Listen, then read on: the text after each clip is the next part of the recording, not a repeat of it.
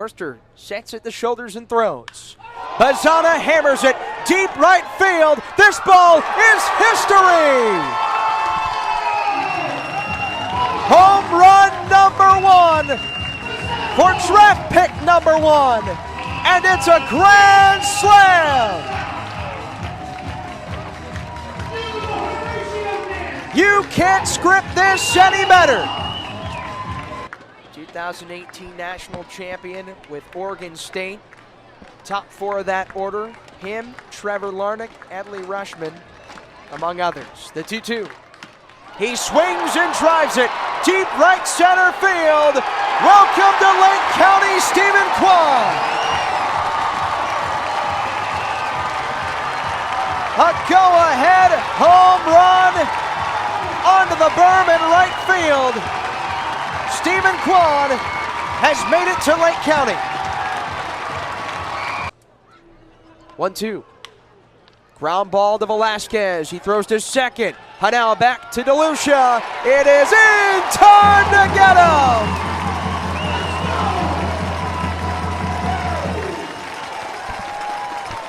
Three, 6-1, and we stay scoreless. The 2-2 to Burgos. And he wallops it deep down the right field line. It's hooking, it is a fair ball and a home run.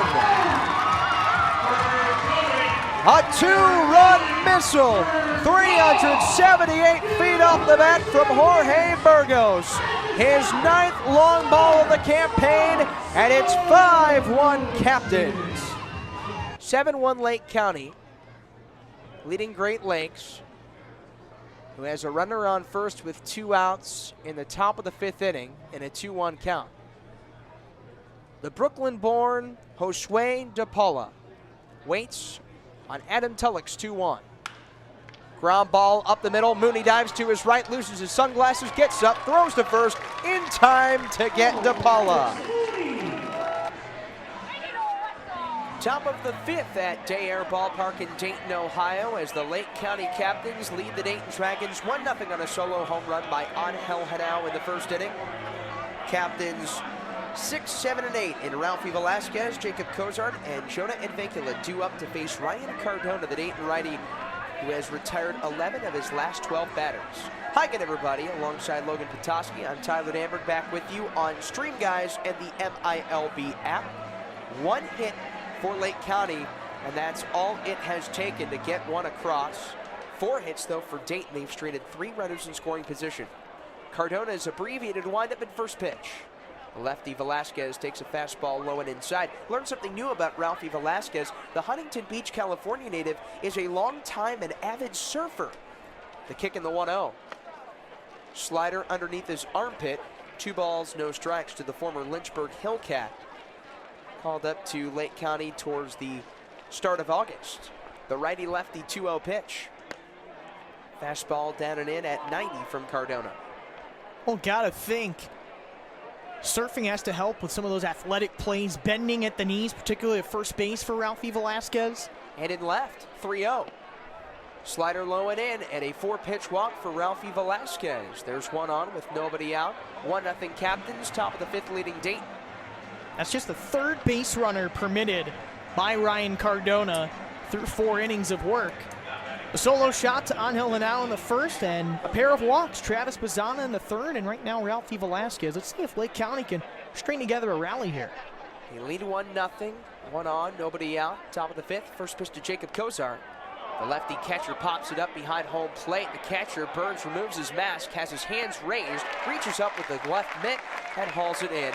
There's one away. Cozart pops out to Burns. Velasquez stays at first. And Velasquez said he grew up in Huntington Beach, California, went to Huntington Beach High School, grew up just a mile from the beach. So what they would do is they would go and do beach workouts, and then eventually he'd make his way into the water.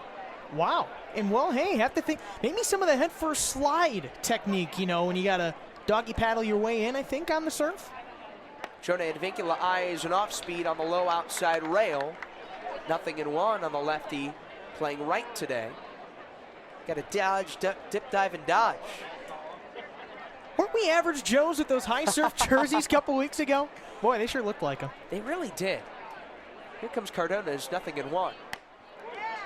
Fastball up and out. Misses to even the count at a ball and a strike. Day Air Ballpark seats 7,200. Their record attendance, though, is over 9,000 back in 2009. A lot of cool features here. The set and the 1-1. Fastball rips high and wide at 90 from Cardona. 1-0 Captains, top of the 5th, leading Dayton. Rafi Velasquez, a leadoff 4-pitch walk, leading off of first. Ryan Cardona leans in for the sign. Connor Burns sets up outside. Advincula sets up, waits on the pitch.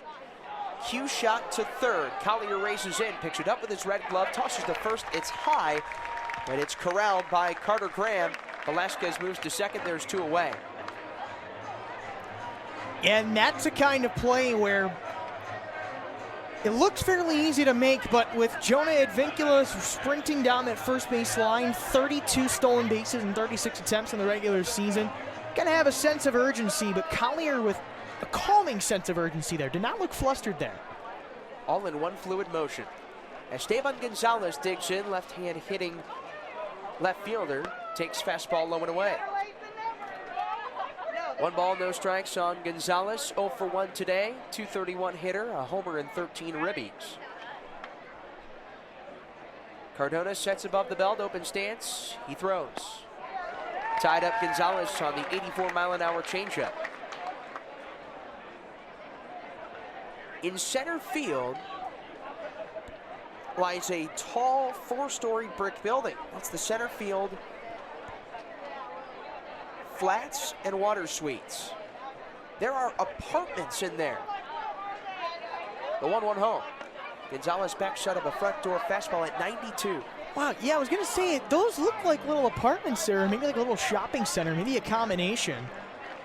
And I believe the Lansing Lugnuts have some apartments in right field at their ballpark, if I'm not mistaken. 2-1.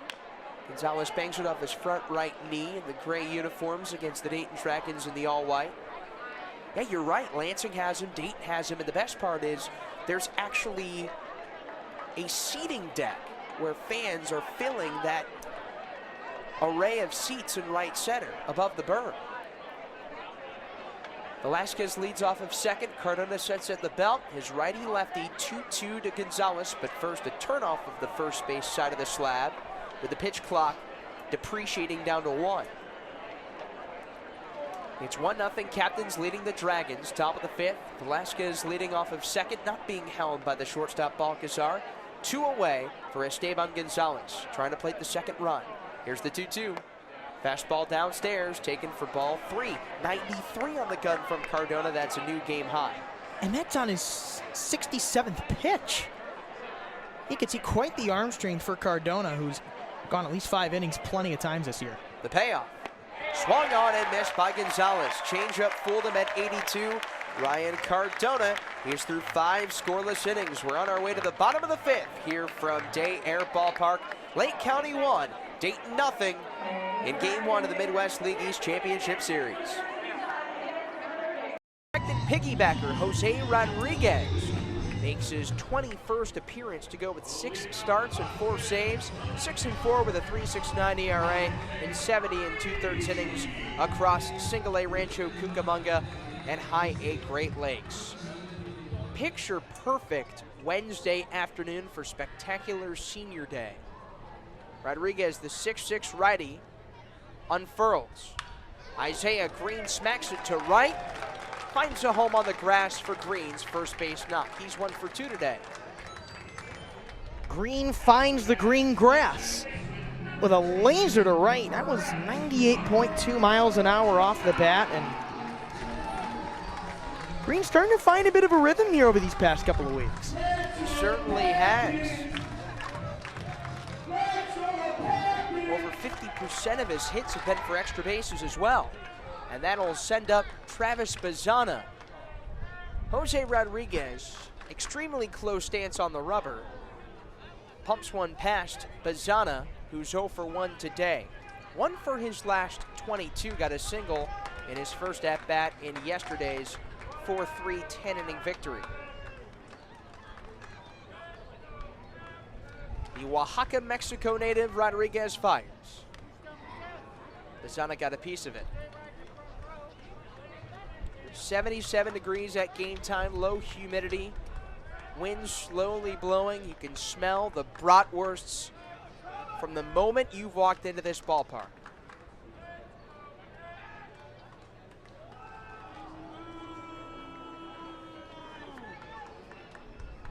Travis Bazzana was hit by a pitch his last time up in the bottom of the third, Logan, extending that on-base streak to 10 games.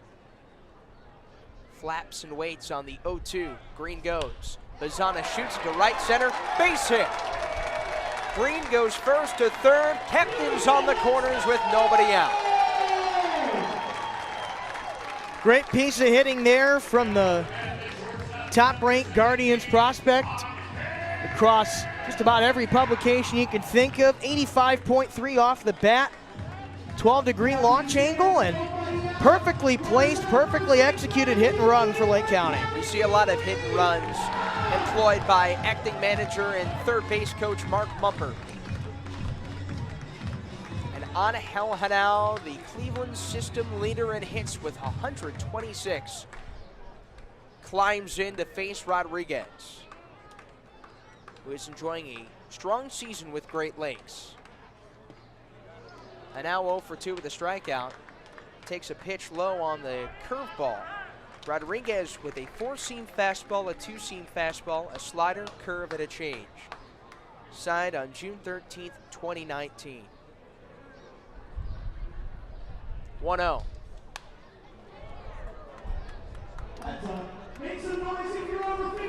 Rodriguez with Great Lakes is 1-2 with a 2.25 ERA, 11 appearances and 3 starts. A 5.19 ERA in 9 appearances and 3 starts with Single A Rancho Cucamonga. Captains looking to take the lead. Angel Hanau flips it down the left field line, slices foul. Bazzana tried to steal his second base of the day. He has to go back to first. Hanau calls time. Do we see another hit and run with men on the corners and nobody out? I mean, with 2 guys with the speed of Isaiah Green, last year's fastest base runner in the Cleveland system by Baseball America, and Travis Bazzana, I don't see why not.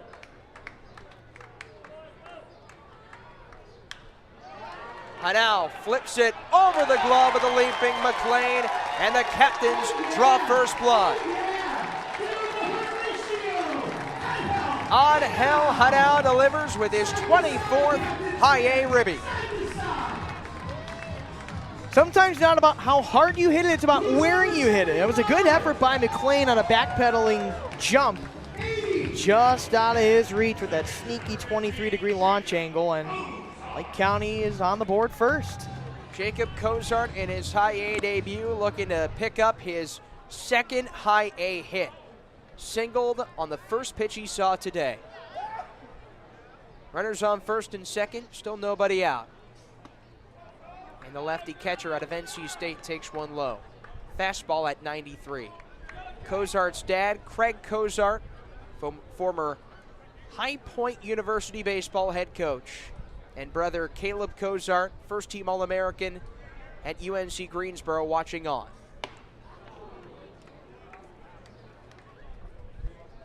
Craig Cozart coached former Lake County captain and current Cleveland Guardians all-time saves leader, Cody Allen. Cody was one of the first people to congratulate Jacob Cozart when he was drafted in the second round this year. He sends a 2-hopper to Thompson at second, throws to the bag for 1 over to first, not in time. And a fielder's choice for Jacob Cozart moves up Travis Bazzana, and a pair of 2024 draft picks are on the base paths. Good hustle there from Cozart down the line. Now only 1 out, runners on the corners, and that's a much better situation than 2 outs and only a runner on third. Jair Fernandez comes out to have a few words with home plate umpire Connor Crowell and base umpire Spencer Kim to potentially get a review on this call. Kim says safe. Fernandez was ejected yesterday, one of 5 Loons ejected in the 8th inning.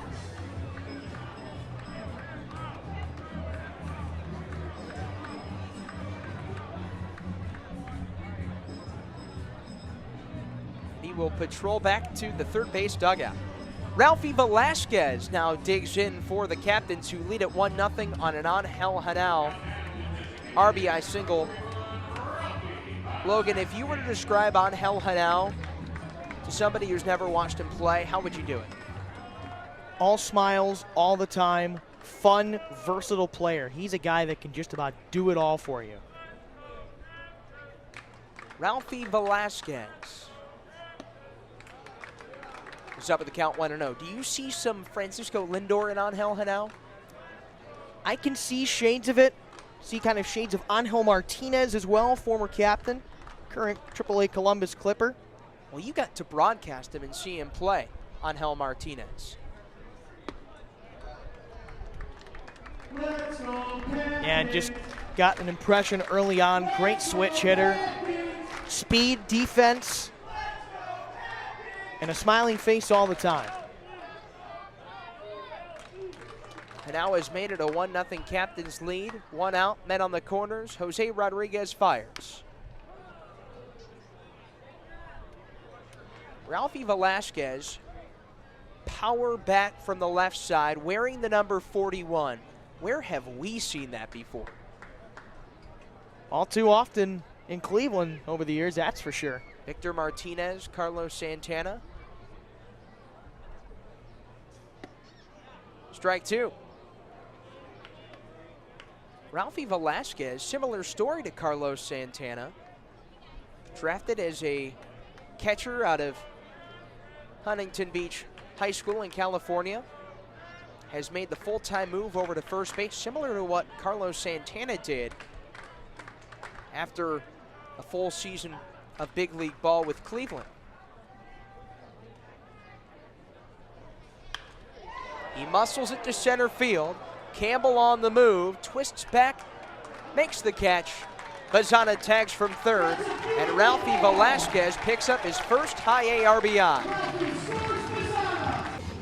And we're here with Travis Bazana, who drove in the go-ahead RBI single in Lake County's Midwest League East Division Championship win. Travis, you're down to the count 0-2, 2 outs, go-ahead run on third. How does it feel, and what was your approach in that AB? Yeah, I'm seeing the ball well right now, and yeah, he threw multiple changeups in a row. I tried to stay on fastball timing, knowing he has good stuff and some real life on his fastball. He's going to try to beat me up there.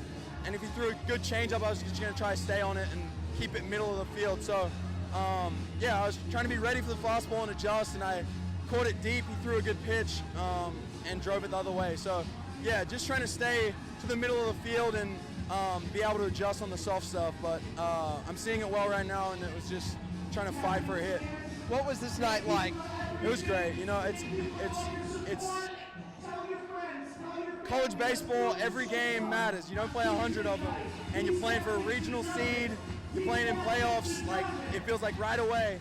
And here you play this long grind of a season. We clinched before I even got here, and you're just waiting for those games where every little detail matters, every run matters, and like it's your season on the line. So. To be able to be a part of that with some of the guys that have been here for 100 and whatever, 30 games or 120 games is special, and yeah, it's just fun to play baseball that matters. We're here on Valley Live and MILB TV before Lake County's series opener against the Fort Wayne Tin Caps, and we are pleased to be joined by the most recent Captain of the Week, Lake County outfielder Jonah Advincula. Jonah, congratulations. How are you? Doing well. It was I'm doing pretty good after, you know, good series for the team. After kind of a rough start there the first 3 games, but yeah, the team's been clicking, been swinging the bats, pitching's been pretty good, and I mean that's all you can really ask for, you know, when you're playing baseball, you know, every day. So. You led the team with a .417 average. You made a couple web gems out there in the outfield. What was this past series like for you? It was definitely a good series for me to, you know, kind of bounce back from the struggles I've been having earlier in the season. So it was really nice to be able to make some plays for the team and, you know, swing the bat pretty well this week. So yeah, it was fun. You rubbed the home run out in left field. The bullpen was loving it after you made the catch. What was that feeling like after you snagged that home run robbery? Yeah, no, it was unreal. It was, just you don't really think about it in the moment, but catching that ball and then just seeing the bullpen react the way they did, jumping on the fence, going crazy was the best part I thought about it. So it was really nice to see those guys just having your back, and how they reacted was the best part. Yeah. How important is defense to you? Oh yeah, it's definitely one of the most important aspects of the game for me. I really take pride in the defense out there.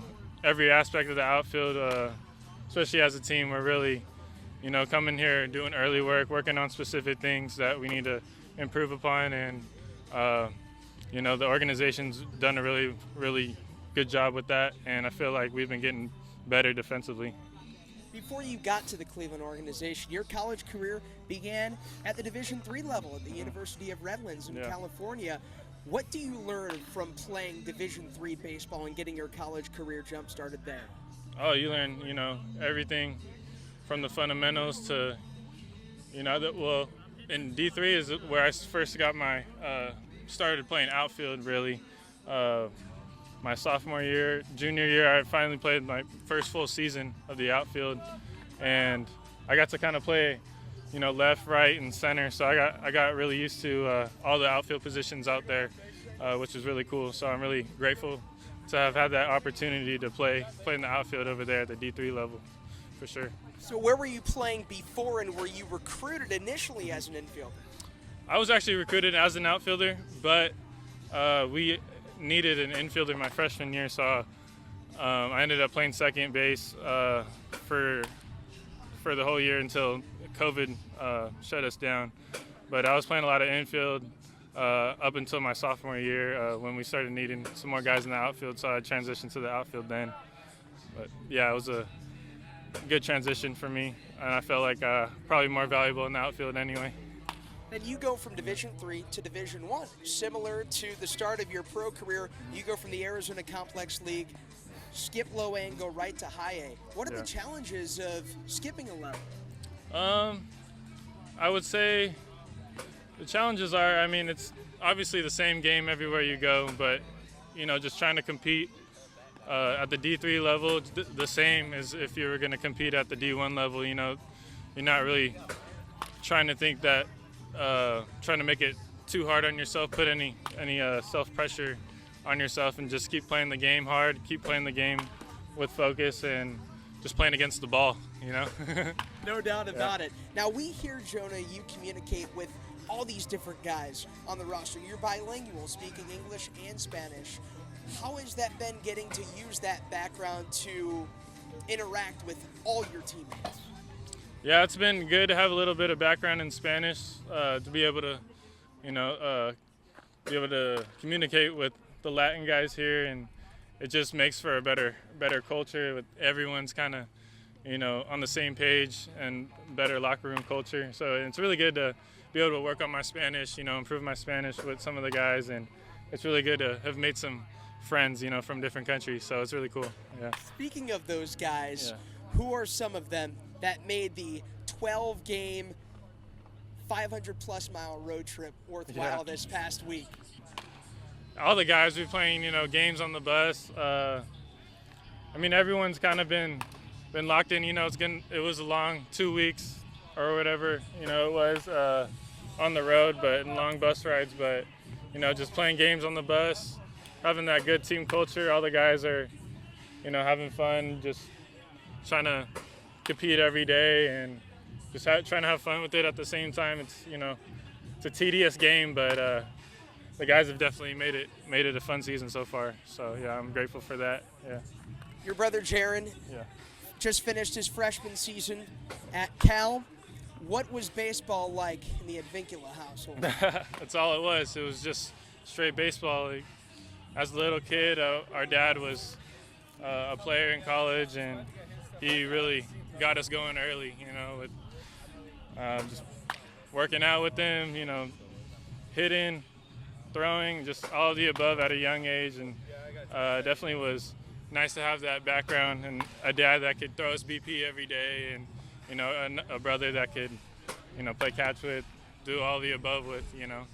It was really nice, you know, to be able to improve my game at a young age. Yeah. Jonah, thank you so much for your time. That was Jonah Advincula, Lake County Captains outfielder, the most recent Captain of the Week for his performance against the Beloit Skycarp. Jonah, best of luck to you tonight. Thank you, Tyler. Appreciate it.